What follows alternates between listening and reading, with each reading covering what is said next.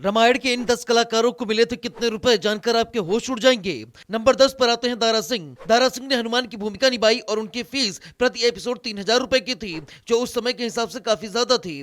दारा सिंह की कद काठी और अभिनय ने उन्हें एक शक्तिशाली हनुमान के रूप में प्रस्तुत किया और उनकी फीस उनके सितारे के दर्जे को दर्शाती है। नंबर 9 पर आते हैं अरविंद त्रिवेदी। अरविंद त्रिवेदी ने रावण की भूमिका निभाई, जिसे दर्शकों ने नकारात्मक किरदार के रूप में खूब सराहा। उन्हें प्रति एपिसोड 2000 से 3000 रुपए की फीस मिलती थी। त्रिवेदी का अभिनय और उनकी फीस शो की सफलता में महत्वपूर्ण योगदान देती है। नंबर 8 पर आते हैं संजय जोग। संजय जोग ने भरत की भूमिका निभाई और उन्हें प्रति एपिसोड 1000 से 2000 रुपए की फीस प्राप्ति हुई। भरत का किरदार छोटा था लेकिन महत्वपूर्ण था और भरत की फीस उस समय के अनुसार मानक। नंबर 7 पर आते हैं बालधुरी।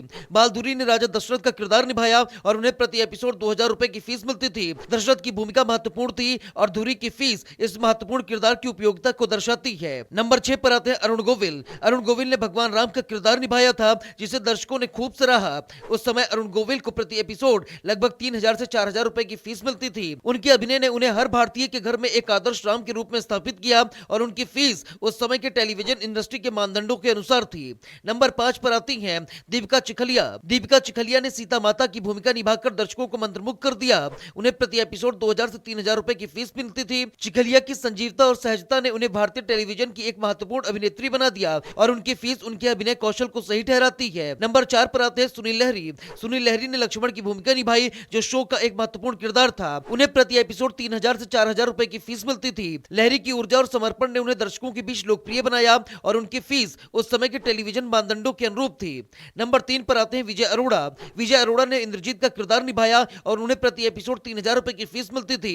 उनका नकारात्मक किरदार भी शो में महत्वपूर्ण था और उनकी फीस उस समय के मानदंडों के अनुरूप थी। नंबर 2 पर आती है जयश्री गडकर। जयश्री गडकर ने कौशल्या की भूमिका निभाई और उन्हें प्रति एपिसोड 2000 रुपए की फीस मिलती थी। उनका किरदार छोटा था लेकिन महत्वपूर्ण भूमिका थी और उनकी फीस भी इस भूमिका की महत्वता को दर्शाती है। नंबर 1 पर आती है ललिता पवार। ललिता पवार ने मंत्रा का नकारात्मक किरदार निभाया और उन्हें प्रति एपिसोड 2000 से 3000 रुपए की फीस मिलती थी। पवार की भूमिका और उनका अभिनय शो के नकारात्मक तत्व को मजबूती प्रदान करता है और उनकी फीस इस महत्वपूर्ण किरदार की सटीकता को भी दर्शाता है। रामायण के इन 10 कलाकारों को मिले थे कितने रुपए, जानकर आपके होश उड़ जाएंगे। नंबर 10 पर आते हैं दारा सिंह। दारा सिंह ने हनुमान की भूमिका निभाई और उनकी फीस प्रति एपिसोड 3000 रुपए की थी, जो उस समय के हिसाब से काफी ज्यादा थी।